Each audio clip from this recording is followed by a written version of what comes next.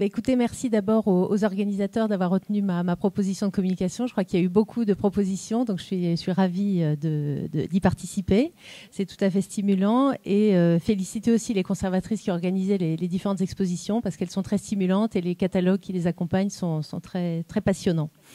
Alors, le titre de ma communication, vous le voyez, se présente sous la forme d'une question, car je suis effectivement actuellement en pleine interrogation sur le devenir des objets provenant de Maurice Denis, qui pour l'essentiel ont été conservés par ses descendants.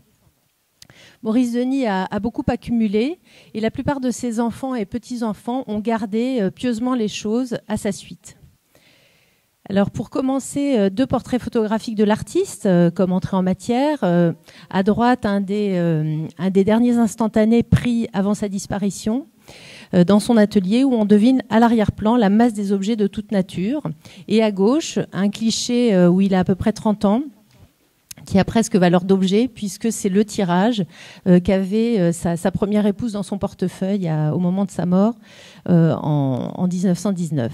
Alors, cette incarnation de l'artiste, elle me semblait importante pour commencer, puisque l'objet ne prend son sens qu'en lien avec lui.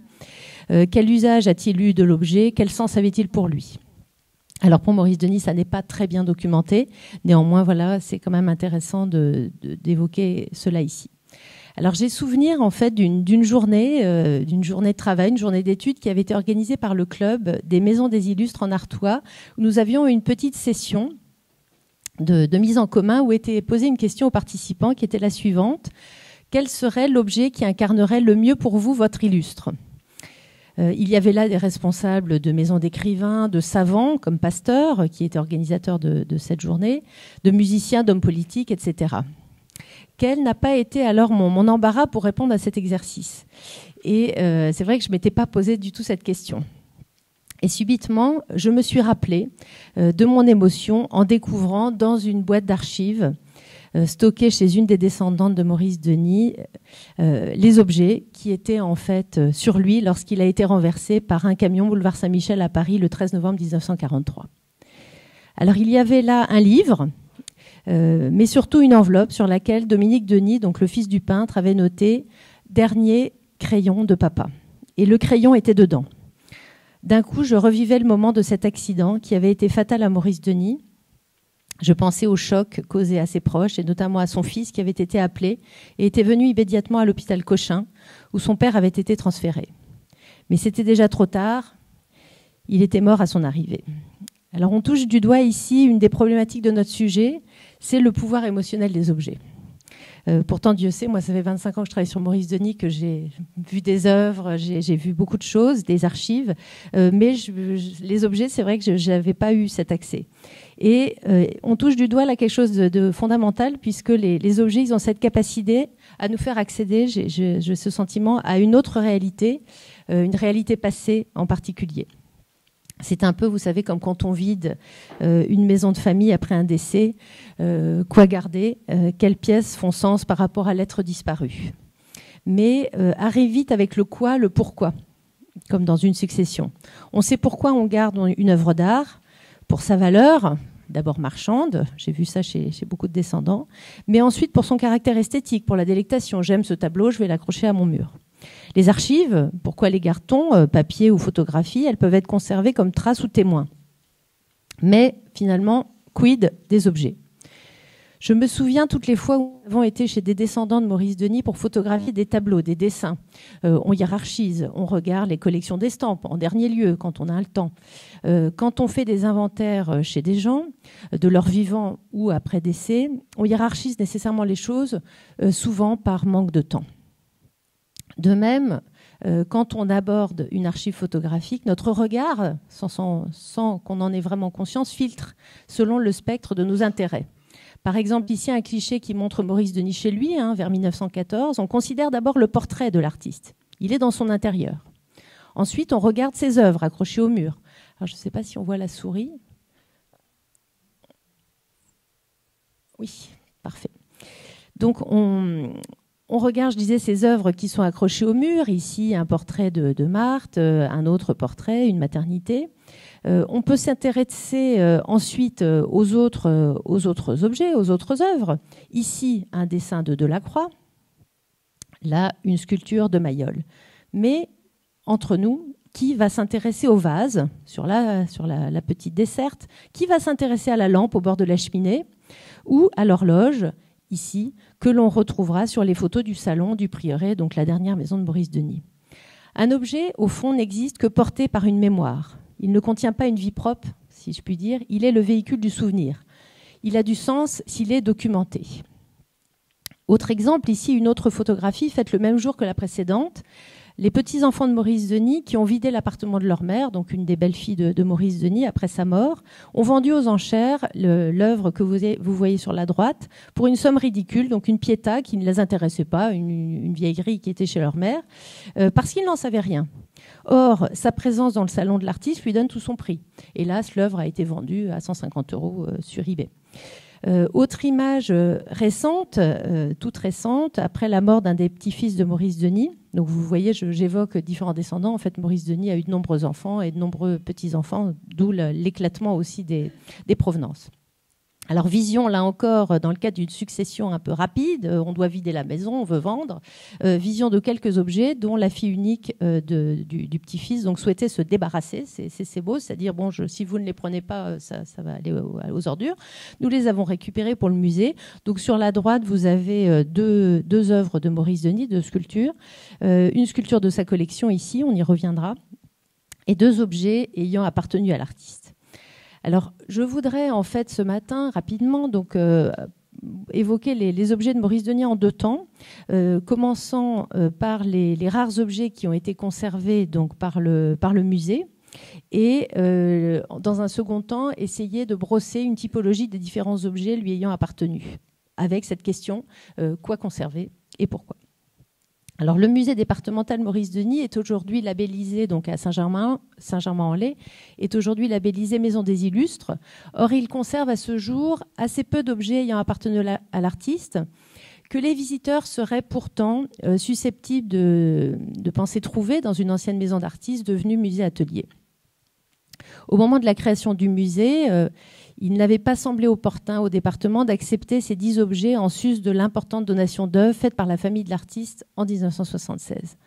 Quand le musée a ouvert en 1980, le caractère maison d'artiste, d'ailleurs, avait été méthodiquement gommé. Les meubles, objets et autres effets personnels ont pour beaucoup été réunis, par conséquent, dans la maison voisine du musée, chez le fils aîné de Maurice Denis, Dominique. Alors, à mon arrivée au musée en 2016, il n'y avait que peu d'objets liés aux souvenirs de Maurice Denis. À l'époque, je dois d'ailleurs dire que cette question des objets ne m'intéressait pas beaucoup. Alors, il y avait notamment une palette, dite dernière palette, comme vous le voyez, il y a une petite étiquette collée dessus. Il y avait également, donc, il y a toujours son vêtement d'académicien, donc avec tous les morceaux du vêtement, son épée. En rappelant que Maurice Denis en fait a été enterré dans son vêtement dans un vêtement de dominicain, puisqu'il était tertiaire de Saint-Dominique selon le vœu de sa veuve, donc le vêtement d'académicien a été conservé. Il y avait également en dépôt alors un objet qui avait été déposé par un des petits-enfants de Maurice Denis, qui était le berceau des enfants de Maurice Denis, donc un berceau breton. Ce berceau était bien documenté, on le voit sur des tableaux et photographies du peintre. Par exemple, ici à droite, au moment de la naissance du premier fils de sa seconde épouse, Lisbeth, donc en juillet 1923. Donc cette photographie que je connaissais, on va dire, pour le berceau, essentiellement, a attiré mon attention récemment, puisque vous voyez que la seconde épouse du peintre est dans un lit que j'ai reconnu. Ce lit, il avait été acquis par le musée dans les années 90 à un des fils de Maurice Denis, et ce lit avait été vendu comme provenant de la galerie Bing. Or, comme vous le voyez sur la photographie, il s'agissait du lit du couple Denis. Donc la question de l'historique des objets est fondamentale. Je pense qu'on y reviendra plusieurs fois aujourd'hui. Alors dans le même lot, il n'y avait pas que le lit. Il y avait une commode et une armoire, donc là aussi, provenance, on va dire, inventée, enfin, ou restituée, on ne sait pas très bien. Et dans le même lot, toujours 10 objets provenant de la galerie Bing, cette pendule qui s'avérait être de Maurice Dufresne et qui appartenait à Maurice Denis. On la voit par exemple dans ce tableau à droite, donc la maternité rose et jaune de 1916. qui est un tableau en main privée. Et cette provenance, alors il y avait marqué pendule, provenant de la galerie Bing, il n'y avait pas marqué le nom de l'auteur, et la provenance Maurice Denis n'était pas enregistrée dans les inventaires. Donc là encore, vous voyez, cet objet en lui-même n'avait pas été identifié comme objet d'artiste. Alors, depuis mon arrivée au musée, j'ai fait rentrer un certain nombre d'objets dans les collections au moment en fait, où nous demandions le label Maison des Illustres. Ce premier objet, donc ce buffet, il avait été récupéré dans le cadre d'une succession, là encore, et il a été donné au musée en 2017 via la Société des Amis de Maurice Denis. Là encore, donc, ce buffet avait été offert par la veuve de Maurice Denis à la filleule du peintre. Et les enfants de cette femme, donc décédée, voulaient vider l'appartement. Et un dimanche soir, on reçoit un appel d'un des enfants à Claire-Denis qui lui dit « Ah, bah, on vide l'appartement de maman qu'on vend à la fin de la semaine prochaine. Emmaüs vient mercredi. S'il y a des choses qui vous intéressent, il faudrait passer avant. » Alors elle dit « Mais le buffet ?» Il dit « Ah, bah, le buffet, oui, Emmaüs l'emporte. » Ah bon, alors on a dû prendre une camionnette, déléguer le lendemain pour aller le chercher, etc. Donc je signale d'ailleurs, donc c'est passé en commission d'acquisition, je signale au passage la réaction de la commission des acquisitions de la DRAC qui s'interroge, faut-il vraiment entrer cet objet dans les inventaires des collections? Ne s'agit-il pas plutôt d'un objet de scénographie, de médiation? Alors évidemment, débat, l'objet a bien pu être entré dans les inventaires. Alors, évidemment, un des arguments, c'était que le buffet, là encore, comme le berceau était bien documenté, il est représenté dans plusieurs tableaux de Maurice Denis et dans un tableau de Vuillard qui se trouve aujourd'hui dans les collections du musée d'Orsay et qui est de longue date en dépôt chez nous à Saint-Germain. Donc, on va dire, l'argument était imparable, objet documenté, bien sûr, ça a du sens par rapport au musée. On présente le buffet à côté du tableau de Vuillard. Très bien. Or, rebondissement, nous avons trouvé un buffet, un vaisselier, en fait, qui était le frère jumeau de l'autre, qui se trouvait encore chez un des descendants. Donc là, mon embarras était grand, après avoir beaucoup insisté en comité d'acquisition. J'ai finalement, au gré de recherche, trouvé des enregistrements audio du fils de Maurice Denis qui expliquent le pourquoi du comment des deux buffets. Et connaissant cela, j'ai vu les sources premières et j'ai trouvé ce dessin où vous voyez l'emprise ici indiquée de la main de l'artiste, buffet et buffet, c'est-à-dire quand il s'installe dans sa nouvelle maison plus grande en 1915, il fait réaliser un buffet symétrique pour l'installation dans la salle à manger. Donc ouf, le buffet était bien aussi de Maurice Denis, mais manifestement plus tardif. Et je pense que la veuve avait tout à fait connaissait cela puisqu'elle avait offert à la filleule le deuxième, et non pas le premier vaisselier qui figurait sur les tableaux Nabi. Mais voilà, alors quelques objets. Alors je continue. Alors là, c'était le hasard, on va dire, du don à Emmaüs qui a fait que cet objet est rentré dans les collections. Mais cet intérêt pour les objets de Maurice Denis est vraiment né dans le contexte de projets de réhabilitation de l'atelier du peintre, qui est encore en attente. Quand vous voyez par exemple ici donc, une photographie de l'atelier de Maurice Denis, la première, quand on y regarde de plus près, cette plus ancienne photographie de l'intérieur de son atelier montre une série d'objets réunis par l'artiste. Alors pardon, c'est peut-être pas très net. Certains ont pu être identifiés et localisés chez les descendants, comme vous voyez ici, là, le masque de Beethoven, donc que j'ai repéré dans un grenier chez un des descendants en Suisse et que j'ai proposé qu'il soit donné également au musée. Alors une autre photographie de l'atelier, cette fois prise après la mort de Maurice Denis, nous apprend beaucoup sur ces objets, davantage, avec, vous voyez là encore, une accumulation d'objets de toute nature. Là encore, je fais un zoom pour vous montrer les objets qui m'intéressent. Alors je vais vite, en 25 minutes c'est un peu court, mais vous voyez les palettes.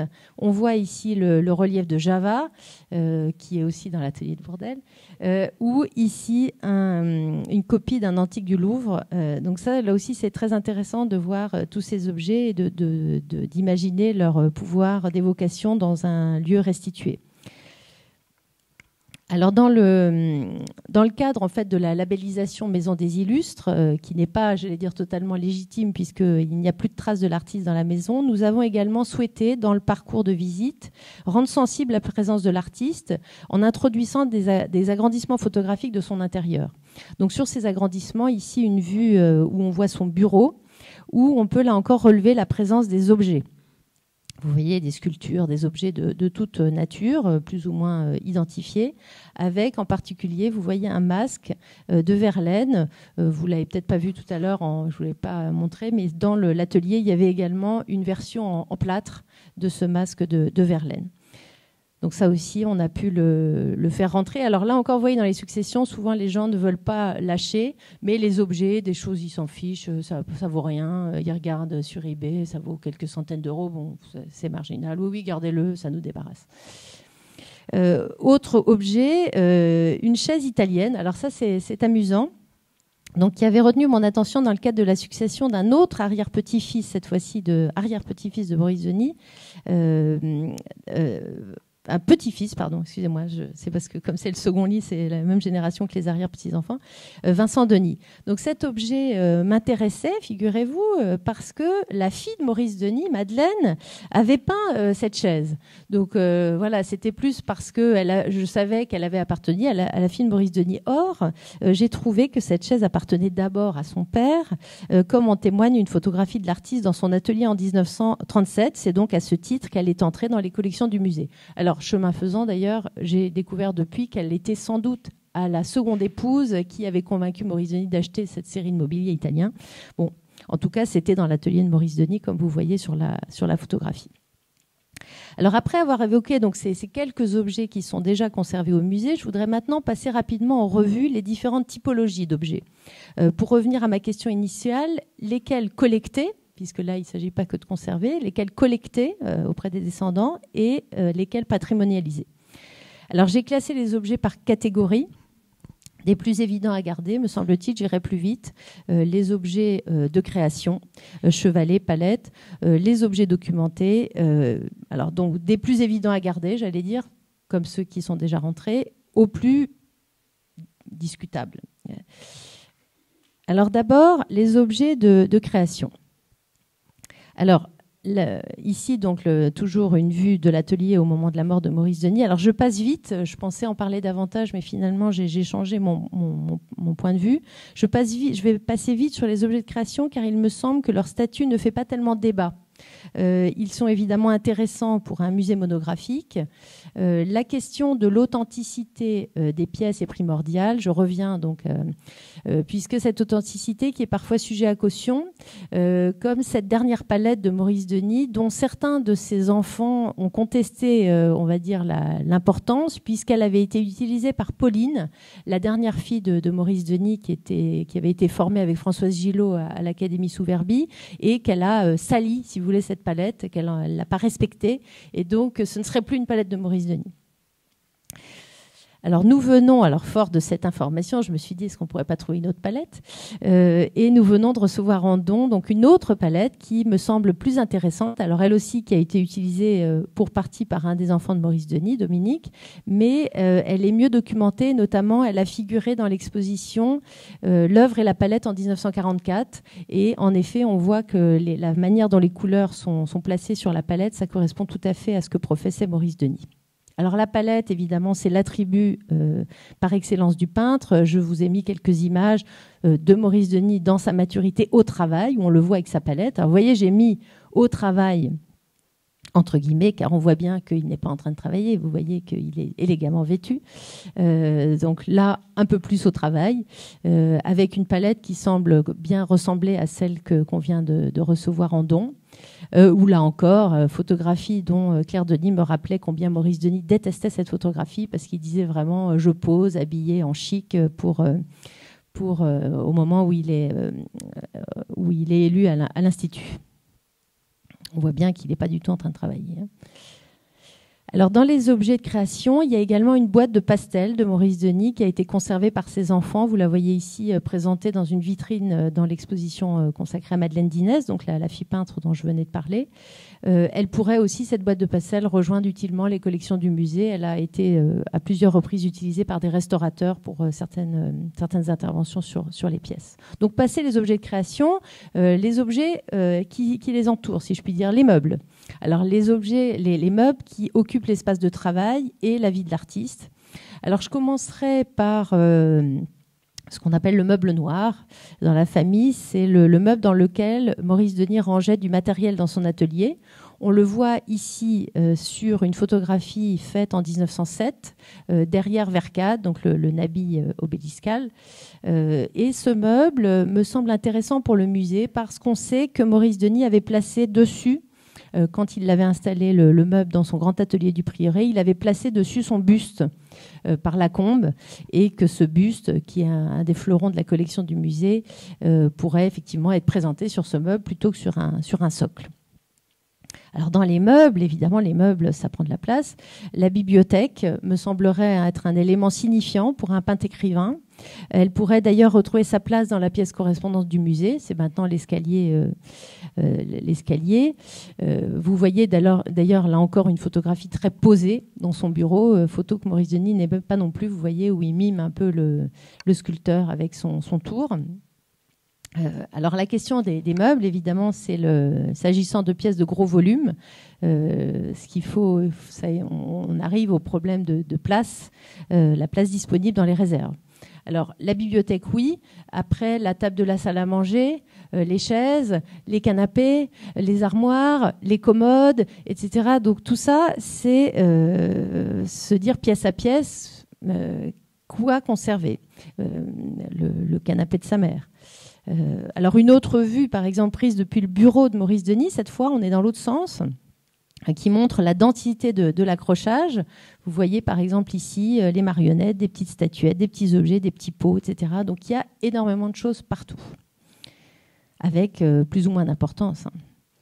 Alors les objets maintenant qui sont représentés dans les tableaux. Donc ça, c'est intéressant. Alors, je commence ici par un des premiers tableaux peints par Maurice Denis, à l'âge de 18 ans, une nature morte, avec des pommes, où figure une petite burette de Quimper. Alors ici, évidemment, c'est très séduisant. L'objet donne corps à la composition, mais il donne aussi de l'échelle. C'est-à-dire que cette burette, elle fait 12 cm de haut. On l'a trouvée il n'y a pas très longtemps dans les fourbis. Donc je pense que avec 12 cm, on devrait pouvoir lui trouver une place dans la réserve, d'autant que le tableau est au musée. Alors d'autres natures mortes, celle-ci de la maturité, qui montre deux objets là aussi tout à fait intéressants. Une bouteille gourde de Quimper qui a pu être documentée grâce au musée breton, avec le prénom, vous voyez, Denis. Alors c'est peut-être un objet, c'est un prénom normalement, mais c'est peut-être un ami à lui qui lui a offert ça, en clin d'œil. Et un plat imari japonais. Ici, autre exemple, avec le service des assiettes à coque, donc qu'utilisait Denis dans sa maison de Bretagne. Ici, à droite, le plat. Il y a aussi des assiettes donc, qui sont très décoratives et qui apparaissent dans de nombreux tableaux. Je vous ai mis un exemple ici à gauche. Mais la question, vous pouvez l'imaginer, c'est faut-il garder une assiette, en garder deux, me disent certains collègues. Oui, une assiette se casserait, tu pourrais en avoir une deuxième. Garder tout le service, me proposent certains. Ah oui, j'ai le service de fête du dimanche. Pareil pour le plat japonais. Donc il est dans le tableau, mais faut-il garder aussi la théière, les soucoupes, les assiettes, etc., les assiettes à dessert et l'argenterie. Est-ce qu'on garde uniquement l'argenterie de Maurice Denis avec ses initiales, celle de sa mère, celle de etc., sa seconde épouse, voilà. Donc la question de la vaisselle, c'est quand même assez problématique. Ensuite, les objets, on va dire, décoratifs. Ici, un chaudron de cuivre, donc, qui était dans la maison de Bretagne, qui lui aussi apparaît dans un tableau, qui faisait office de vase, d'ailleurs, plutôt. On voit d'ailleurs le détournement des objets, souvent chez Maurice Denis, avec là un objet qui est assez encombrant et pas facile à exposer. Question, faut-il le conserver? Toujours, alors dans le même matériau d'ailleurs, pour rester dans les marmites en cuivre pour faire les confitures au prieuré, selon vous, faut-il les garder, les entrer dans les collections du musée? Si oui, il faudrait peut-être convaincre le propriétaire du tableau, ici en collection privée, de le céder au musée pour que cela puisse faire sens pour le public. D'autant que la cuisine, figurez-vous que c'est aujourd'hui la librairie boutique, l'accueil du musée. Donc souvent, les gens me disent, c'est d'ailleurs une image qu'on a souvent reproduite dans les guides pour rappeler l'aspect maison de Maurice Denis. Alors, autres objets qu'on a présélectionnés dans le cadre de la collecte qui est faite auprès des petits-enfants, ici des chandeliers en étain, qui figure dans le grand tableau des pèlerins d'Emmaüs, dans sa grande version, donc, qui est conservée au musée. Donc là encore, c'est très intéressant de donner corps à la composition. Quand on dit que Maurice Denis, c'est la vraie réalité dans ces tableaux religieux, là, d'un coup, ça prend sens. Dans d'autres objets d'usage, un miroir. Alors, il y en avait de multiples au prieuré. Là encore, celui-ci m'a semblé intéressant car il est présent dans un des tableaux que conserve le musée, un portrait de Marthe, que vous voyez ici, par Van Rysselberghe. Les deux objets ont d'ailleurs été exposés ensemble en 2020. À gauche, j'ai mis un tableau qui est en collection privée où on voit ce même miroir dans l'atelier de Maurice Denis. Alors, passé les objets, maintenant les statuettes, les sculptures, les petits objets d'art. Là, on commence à arriver un peu, on passe la frontière entre l'objet et l'œuvre, on est un petit peu limite, avec ici un exemple parmi d'autres, avec l'autoportrait de Maurice Denis, donc vers 1908 à la tête de Mayol, avec, vous voyez, alors on dit toujours Mayol, voilà, Maurice Denis avec Mayol, et on ne voit pas le reste des objets. Vous voyez en bas à gauche un petit personnage japonais. Alors, pardon, la qualité de la photo faite par un téléphone, par un des petits-enfants de Maurice Denis. Et en haut, donc la sculpture, qui est une vierge de l'école de Beuron. Alors, ma question ici, c'est faut-il conserver l'exemplaire original de Maurice Denis, vous voyez sur l'image en haut à droite, qui a été hélas cassé dans le cadre d'un déménagement, ou un autre exemplaire en bon état qui nous a d'ailleurs été proposé par un collectionneur qu'il a acheté parce que c'était des objets de série, donc il a acheté quand il avait été avec Sérusier à Beuron. Alors, question, est-ce qu'on veut garder les deux? Voilà, on va peut-être prendre les deux. Ça sera négocié avec le régisseur. Alors, on pourrait aussi évoquer, alors je vais plus loin, vous voyez, c'est un peu des pistes que j'ouvre parlant la première ce matin, les objets qui sont représentés par Maurice Denis, mais qui n'étaient pas à lui. À commencer par exemple par les bijoux. L'exemple ici, un exemple parmi d'autres, du bracelet d'Eva, donc sa belle-sœur, la sœur de sa première épouse.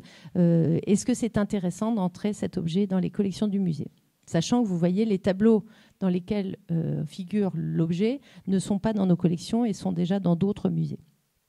La question maintenant des tissus aussi, des rideaux, par exemple, des châles. Alors, il y en a plusieurs, avec ici l'exemple des châles de Marthe, donc la première épouse, avec la difficulté de conservation des tissus, et notamment les rideaux.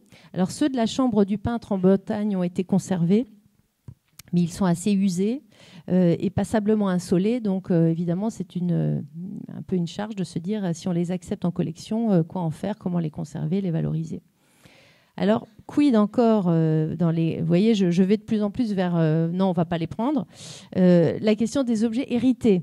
Alors, je passe vite en vous donnant deux exemples. La tête de modiste, alors qui est un objet que je trouve assez beau, qu'utilisait la mère de Maurice Denis. Donc là aussi, faut-il garder ça en collection? Cette cruche, alors une cruche parmi beaucoup d'autres, cette cruche aurait-elle retenu notre attention si nous ne l'avions pas reconnue dans un des dessins de jeunesse? Certainement que des cruches, il y en a des dizaines. On se dit qu'on s'en fiche. Là, d'un coup, on se dit, tiens, c'est intéressant. Les objets de dévotion. Alors, il y en avait partout dans la maison. Alors, moi, je dis d'abord non. Et la petite fille me dit, mais si, il faut bien sûr garder les objets de dévotion s'ils ont un lien intime avec Maurice Denis. Par exemple, à droite, le calice et le ciboire utilisés pour la messe dans la chapelle du prieuré, bien sûr, il faut les garder. Donc, voilà, on a extrait ça en se disant, voilà, ça pourrait entrer. Ensuite, les objets de piété. Tous les chapelets, petites croix, etc. On dirait plutôt non. Et pourtant, ils intéressent certains chercheurs. Ici, vous avez à l'écran à droite une doctorante qui travaille à l'EPHE, qui fait une thèse sur les objets de piété, qui s'est passionnée pour les différents modèles de chapelets que Maurice Denis avait achetés aux différents pèlerinages. Donc là encore, quoi faire? Les objets d'usage, pour terminer. Alors, peu de choses, en fait, personnelles ont été conservées, hélas. Le chapeau de Maurice Denis avait été pris par sa dernière fille et il a disparu. Ses dernières lunettes avaient été confiées à un des petits-fils qui voulait les faire analyser par un ophtalmo. et elles ne sont plus localisées, hélas.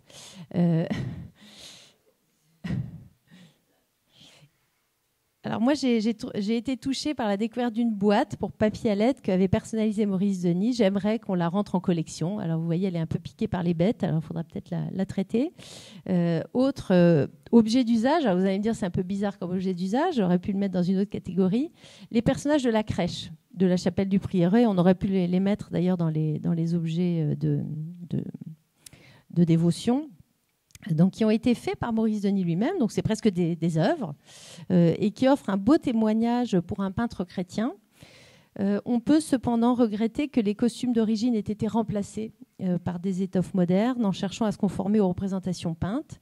Se pose donc ici la question de l'authenticité. Comme nous l'évoquions pour les palettes, réutilisées par ces enfants. Donc, est-ce que c'est encore la crèche de Maurice Denis alors que ce sont des vêtements qui ont été faits il y a quelques années? Question. Alors, je reviens à ma boîte, à ma boîte de papier à lettres pour conclure. Vous voyez, j'essaye de rentrer dans le temps pour ne pas faire prendre de retard à la journée. Alors, comme disait Gide, choisir, c'est renoncer. Beaucoup de choses ont été conservées, vous l'avez compris. Donc la question du choix de ce qui doit être collecté, puis entrer dans les collections du musée, se pose de manière cruciale. C'est en tout état de cause la documentation relative à chaque objet qui primera. Il est aussi important d'ailleurs de collecter la mémoire liée aux objets que les objets eux-mêmes. Alors que tous les enfants du peintre sont aujourd'hui décédés, la priorité, me semble-t-il, doit être donnée à la collecte des souvenirs des petits-enfants qui sont les derniers témoins d'une génération en train de s'éteindre. Alors souvenirs qui peuvent être aussi sujets à caution, il y a des faux souvenirs, méfions-nous. En outre, ce choix, il peut être subjectif finalement. Vous voyez, moi j'ai été touchée par cette boîte de papier à lettres parce que je suis passionnée par les correspondances de l'artiste. Donc de me dire qu'il a ouvert des centaines de fois cette boîte pour ranger des enveloppes, ça me touche. Je sens que j'entre en contact avec lui. Mais quand on dit choisir, je voudrais finir par cette image parce que je dois faire mon mea culpa. Pour un cas d'espèce, c'est la baignoire de Maurice Denis. Alors, je vous ai mis en bas à gauche un des dessins de l'installation du peintre où on voit le projet d'installation de la salle de bain. Alors, j'avais convaincu la petite fille du peintre de s'en débarrasser de cette baignoire quand elle a dû réaménager sa salle de bain pour y installer une douche pour personnes handicapées. Elle m'a désobéi et l'a conservée dans un abri de jardin. Avec son système de chauffage d'origine, vous voyez qu'on voit ici, hein, qui lui, hélas, avait été soumis aux intempéries, eh bien, figurez-vous que le musée Rodin de Meudon était intéressé pour la récupérer, pour reconstituer la salle de bain de Rodin. On va dire là comme objet ancien, baignoire début 20e, voilà, modèle rare. Le projet est finalement abandonné pour des questions de modalités pratiques, mais cela m'a beaucoup donné à réfléchir, vous l'imaginez. Donc, partant de ma question initiale qui était quoi conserver, je conclurai donc plutôt par une autre question. Pourquoi conserver les objets de l'artiste? Pourquoi en faire cette baignoire? Si je la prends au musée, je la mets où? J'en fais quoi? Est-ce qu'un jour je la montrerai? Si c'est pour la garder comme une relique, ça n'a pas beaucoup de sens. Avec une question subsidiaire de taille, comment exposer ces objets? Comment les rendre sensibles pour le public? Comment activer leur pouvoir de suggestion, leur rendre cette capacité à redonner vie, redonner présence à l'artiste par l'entremise des objets qui lui ont appartenu. C'est ça qui me semble l'essentiel. Donc si cette baignoire peut permettre au public de rencontrer Maurice Denis et sa famille, peut-être faudra-t-il l'entrer dans les collections du musée si le musée Rodin ne la veut pas. Merci pour votre attention.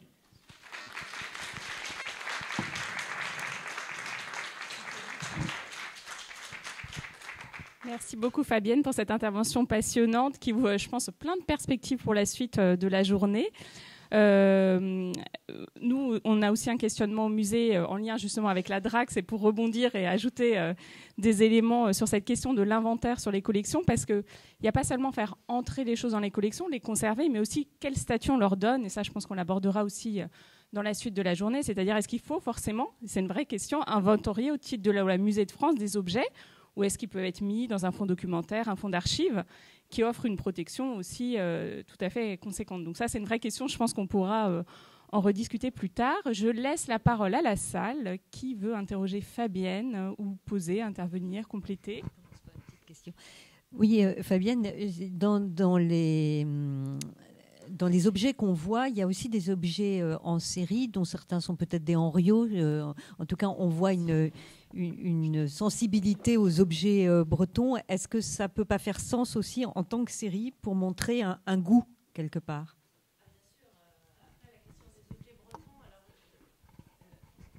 Effectivement, la question des objets bretons, je dois dire que je l'ai un peu, pour l'instant, mis entre parenthèses, parce que la Maison de Bretagne, il y a encore beaucoup d'autres objets. Moi, pour l'instant, j'ai priorisé les objets qu'il avait à Saint-Germain. Il y avait un certain nombre d'objets de Bretagne qui étaient revenus à Saint-Germain ou qui étaient en double dans les maisons. Oui, la question des objets de série, effectivement, combien garder de bols bretons. Enfin, il y a les vierges d'accoucher, par exemple, celle que je vous montrais ici.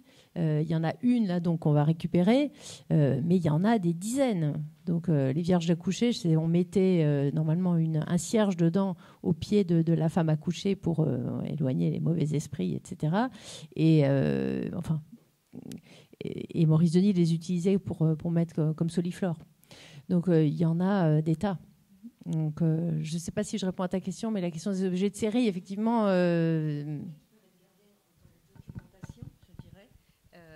Garder en tant que documentation, peut-être pas comme inventorié en effet, mais pour dire aussi quelque chose du goût en fait. Et du coup, en garder pas un seul exemplaire, mais plusieurs pour que par la suite, quand on n'aura plus ces informations, on sache par le nombre d'œuvres le goût de Maurice Denis aussi. Oui, effectivement, les séries, alors, je voyais dans le catalogue d'Ingres de la Croix, on voit en effet comment Ingres a catégorisé aussi ces objets. On voit les antiques. Enfin, c'est effectivement par rapport au goût de l'artiste, c'est tout à fait intéressant. Et hélas, Maurice Denis étant mort accidentellement, il n'a pas fait de testament en disant je veux que telle ou telle chose soit gardée pour en souvenir de moi. Et d'ailleurs, dans les inventaires de sa succession, les objets sont un peu présents, sauf des grands vases chinois ou des objets japonais prestigieux, mais au global, ce sont les œuvres, la bibliothèque, les œuvres d'art, les objets d'art, mais les objets courants, non. Oui, bonjour, merci pour votre présentation qui était très intéressante. Vous avez parlé de la palette, non pas de la palette, pardon, de la boîte de pastel. Et si j'ai bien compris, vous avez expliqué qu'elle avait servi à des restaurations. Et vous avez évoqué le fait de, du coup, la faire entrer dans les collections. Si j'ai bien suivi. Mais alors, si vous l'inscrivez à l'inventaire, vous ne pourrez plus y toucher, vous ne pourrez plus l'utiliser pour les restaurations. Effectivement, la boîte de pastel, pour l'instant, je l'avais... Alors moi, vous l'avez peut-être compris, je suis un petit peu des deux côtés de la barrière parce qu'en fait, je suis conseil auprès des descendants et spécialiste de Maurice Denis. Et en même temps, je travaille au musée. Donc, en effet, en quelque sorte, je me donne les objets à moi-même. Vous voyez, c'est-à-dire que c'est moi qui suis dépositaire des objets et donc je dois les choisir. Donc, vous voyez, c'est un petit peu... Voilà, il y a un petit... C'est un petit peu problématique. Mais oui, vous avez raison par rapport au pastel, tout à fait. Le fait de les patrimonialiser, ça les fait rentrer dans une autre dimension. Tout à fait. Alors, les pastels, c'est pareil. On ne sait pas dans cette boîte de pastels si vraiment tout était... Enfin, c'est une boîte qui était à Maurice Denis. Après, il y a des pastels qui ont pu être ajoutés par les uns et les autres. Son fils, Dominique, est devenu architecte. Il a fait les beaux-arts, donc il a aussi utilisé ses pastels. Madeleine, elle a utilisé ses pastels. Pauline aussi. La belle-fille de Maurice Denis, Sabine, pendant la guerre au prieuré, on sait qu'elle faisait aussi du pastel. Enfin, elle devait dessiner, elle faisait un peu de peinture, etc. Donc, c'est des objets qui ont servi, qui ont une multi-usage depuis la mort du peintre. Donc, mais même de son vivant, d'ailleurs, c'est ça qui est amusant, c'est qu'on a des témoignages. On a rentré récemment quelques tableaux de Dominique peints dans le voisinage de son père, où notamment il y a une nature morte où il dit, où il dédicace son tableau à son père. Il dit pour papa en remerciement du matériel fourni, parce que et parfois il dessine le même motif que son père. Donc là aussi, c'est des objets vivants encore, presque jusqu'à nous, mais c'est vrai qu'avec la génération des petits-enfants qui s'éteint, ces objets, effectivement, pour nous, ils deviennent un peu sacralisés, on ne va plus les utiliser. Moi, quand j'ai vu qu'en effet, la restauratrice se piochait là-dedans pour travailler, j'ai dit à Claire Denis, j'ai dit, mais c'est dingue. Elle me dit, ah bah oui, on a toujours fait comme ça. Alors, j'ai dit, ah bon.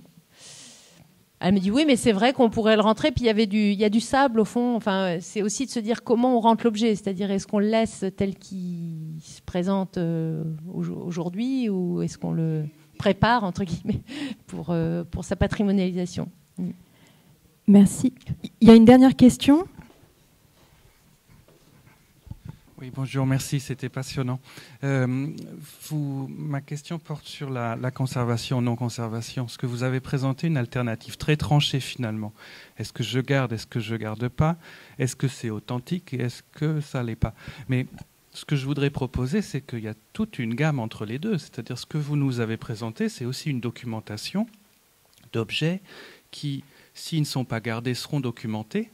Et ces documents-là, on les conserve et donc ça a une valeur en soi, et c'est-à-dire que les objets pieux dans leur masse, si vous arrivez à les documenter dans leur vingtaine, trentaine, quarantaine, sans les garder, vous conservez le souvenir de ça pour des recherches possibles.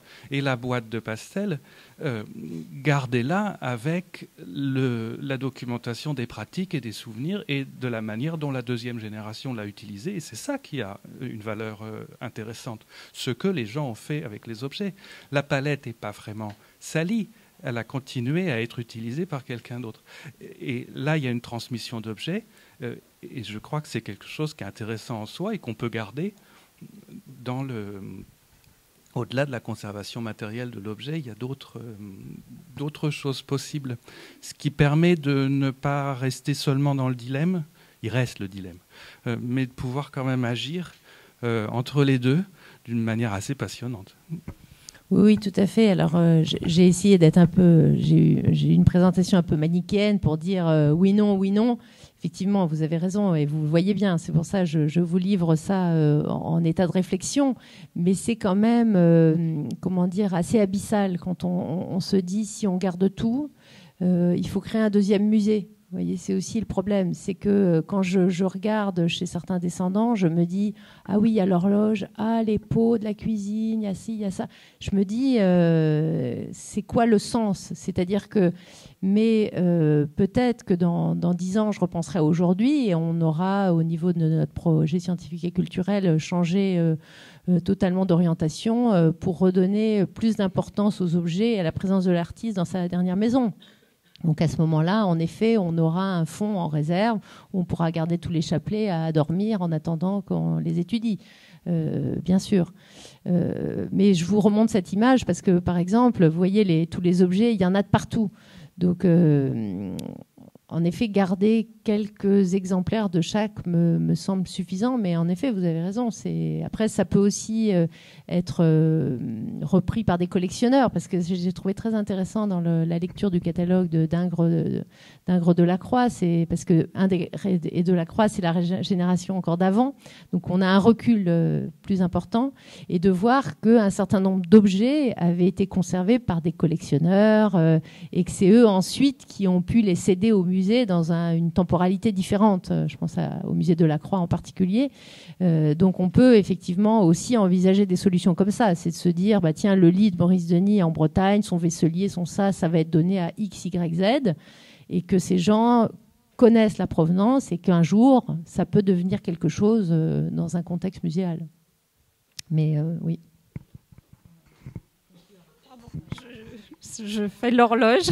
Merci beaucoup Fabienne et merci pour ces échanges.